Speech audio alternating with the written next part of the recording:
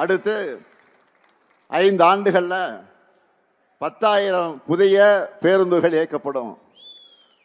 அனைத்து சட்டமன்ற தொகுதிகளிலையும் முதல்வர் படைப்பகங்கள் அமைக்கப்படும். தமிழ்நாட்டின் இதயமாக இருக்கிற இந்த டெல்டா மாவட்டங்களுக்கான சிறப்பு வளர்ச்சி திட்டம், இப்படி ஏராளமான வாக்குறுதிகளை நாம் கொடுத்திருக்கிறோம். நாங்கள் சொன்னா செய்வோம், செய்வதைத்தான் சொல்வோம். நான் கலைஞரின் மகன். யாருடைய மகன்? யாருடைய மகன்? கலைஞருடைய மகன். சொன்ன வாக்குறுதிகளை மறக்கவும் மாட்டேன், மறுக்கவும் மாட்டேன். கடந்த 5 ஆண்டுகள்ல தமிழ்நாட்டினுடைய நிதிநிலையை சீராக்கி ஒவ்வொன்றா நாங்கள் நிறைவேற்றிட்டு வர திட்டங்களை அதுக்கு சாட்சி. தன்னோட 10 ஆண்டு கால ஆட்சியில் தமிழ்நாட்டை எல்லா துறைகளிலும் படுகொலைக்கு தள்ளின அதிமுகவும் இந்தியாவை வரலாறு காணாத சரிவுக்கு கொண்டு போய் கொண்டிருக்கக்கூடிய பாஜகவும் சேர்ந்து அமைச்சிருக்கக்கூடிய கூட்டணிக்கு இந்த தேர்தலையும் வழக்கம் போல படுதோல்வியை தான் நீங்க பரிசா தரணும். தயாராயிட்டீங்களா? மக்களுக்கு நேரடியான 8,000 ரூபாய்க்கான கூப்பனை தரப்போறோம். நம்முடைய இல்லத்தரசு திட்டத்தை பார்த்து இன்றைக்கு வயிறு எரிஞ்சு அது ஊழலுக்கான திட்டம்னு சொல்றாரு. யாரு? பழனிசாமி சொல்றாரு. எந்த பழனிசாமி? சம்பந்திக்கு கான்ட்ராக்ட் கொடுக்கிறதுக்காகவே ஆட்சியை நடத்தின பழனிசாமி. திமுக செய்கிற ஒவ்வொரு திட்டமும் தரமானதாக இருக்கும்.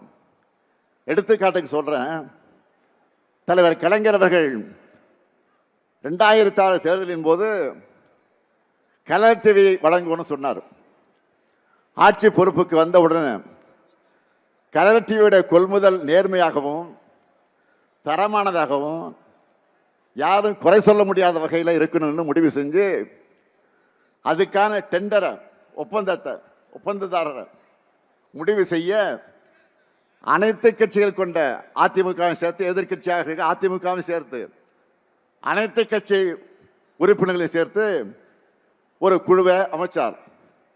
2006ஆம் ஆண்டு செப்டம்பர் மாதமே கலர் டிவி வழங்குகிற அந்த விழாவை தொடங்கி 1.5 கோடிக்கு அதிகமான நம்முடைய தமிழர்களுடைய வீடுகளுக்கு கலர் டிவியை வழங்கணும்.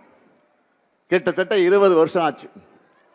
இன்னைக்கும் பல வீடுகளில் கலர் டிவியா மட்டுமல்ல, கலைஞர் டிவியா அது நிலைச்சு நிற்குது. இதுக்கு பேர் தான் குவாலிட்டி. இதுவே அதிமுக ஆட்சியில் மிக்சி கொடுத்தாங்க, கிரைண்டர், மின் விசிறி கொடுத்தீங்களே, என்னாச்சு? காயிலாங்கல்ல இருக்கு.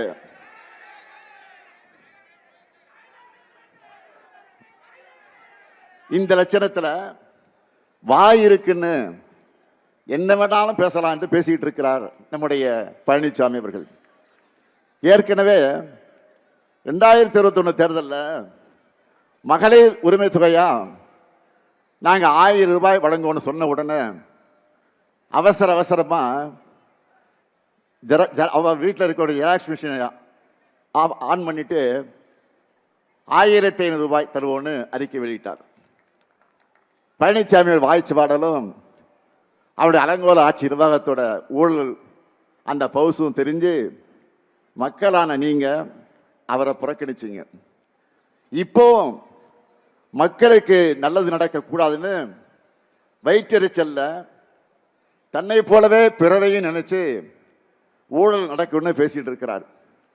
அண்மையில் மதுரையில் ஒரு சம்பவம் நடந்துச்சு. இவங்க ஆட்சிக்கு வந்தா என்ன நடக்கும் என்பதற்கு ட்ரெயிலர் தான் அது.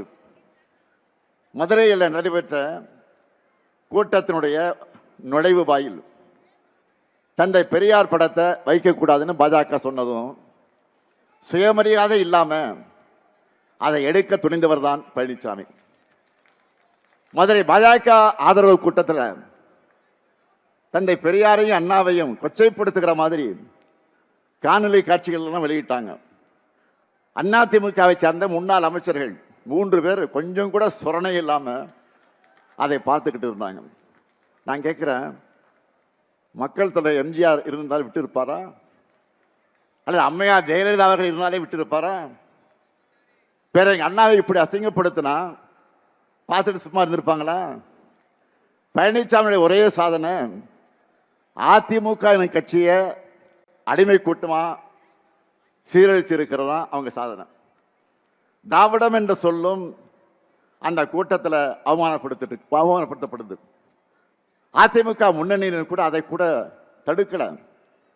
திராவிடம்னா என்னன்னு எனக்கு தெரியாது, நான் புராணங்களை எல்லாம் படிச்சதில்லைன்னு கொஞ்சம் கூட வெட்கம் இல்லாம சிரிச்சுக்கிட்டே சொன்னவர் தான் பழனிசாமி. இந்த துப்பு கெட்ட பழனிசாமி யார் எக்கேடு கட்டாலும் பரவாயில்லை, தன்னுடைய பதவியை காப்பாற்றிக்கிட்டா போதும்னு பாஜகவுடைய பாதம் தாங்கியா இருந்து கொண்டிருப்பவர் தான் பழனிசாமி.